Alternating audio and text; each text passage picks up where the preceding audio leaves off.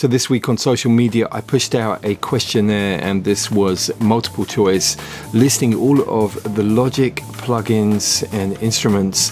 And basically it was a survey to try and establish what people are using on a regular basis. So the results came back. I had 71 people contribute, and so obviously it's not a wide enough sample set really to establish what's going on here, but it's an interesting thing to take a look at anyway. So bear in mind that everything that you see is related to those 71 people. And of course, you know, this might be biased because the majority of people are probably going to be into electronic music, you know, that's for sure. So really what I did was I said on the form, tick the plugins that you use on a regular basis. Two categories, one was the instruments, the other one was the effects. So you can see here what happened in terms of the data coming back. So lots of these were ticked, and it's interesting to take a look at the results. So what I've done is I've prepared these on two separate sheets here. I've got one which is focused on the instruments and the other one which is focused on the Logic effects. Let's take a look at the instruments. So on this view, I've got a table here which is ranked according to the popularity. So you can see here that the upper instrument plugin is the one that's the most popular. So this is the percentage of people actually ticking this.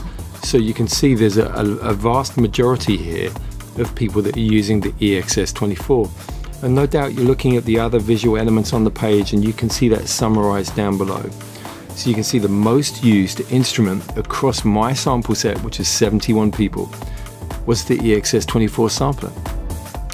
The least used is the Evoc 20 PS. Now, those of you who use Logic will understand that that's a vocoder synthesizer. So we can clearly see that vocoding is not popular amongst this particular sample set.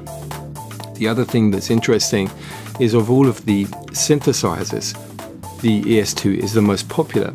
And that's interesting because a new synth came out called the Retro Synth. So it seems that people are comfortable with using the ES2, they prefer that. One conclusion that I drew from this is the fact that synthesis is not as popular as using samples.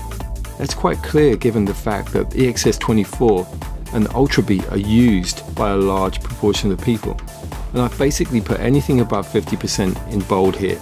So you can see that some of these other instruments are pretty much neglected, particularly these vintage instruments, the organ, the clavinet.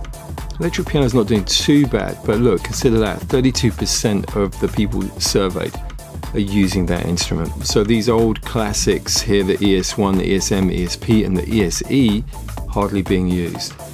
So that's interesting. You know, just over here is another representation. You've got a bar graph here, and you can see here the ranking as well visually.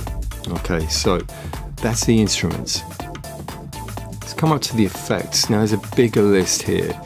I've once again included in bold the anything above 50%. So you can see here that the majority of people are focusing on these effects.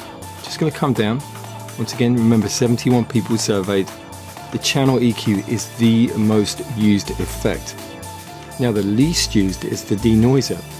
And if you take a look at the graph here, you can see that that's the lowest one that has data. There are in fact a selection of audio plugins that are not even being used by this particular sample set.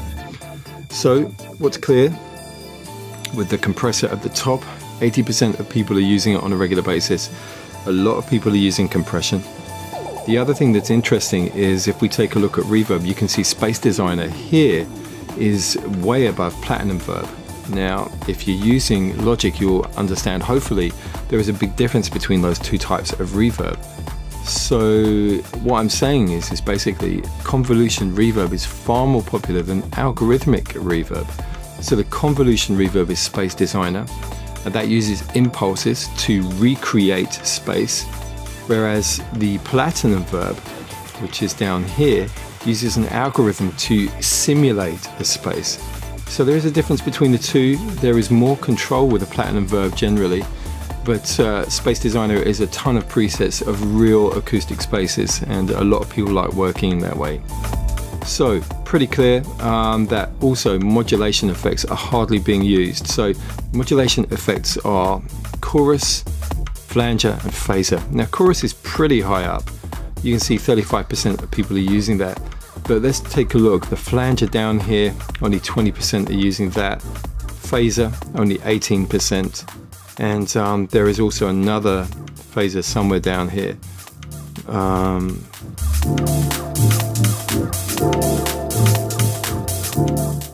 There we go, microphaser.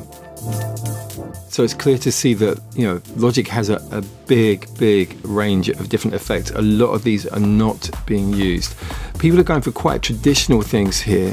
So this is what I would class as kind of mixing, really. So you've got compression, EQ, reverb, delay.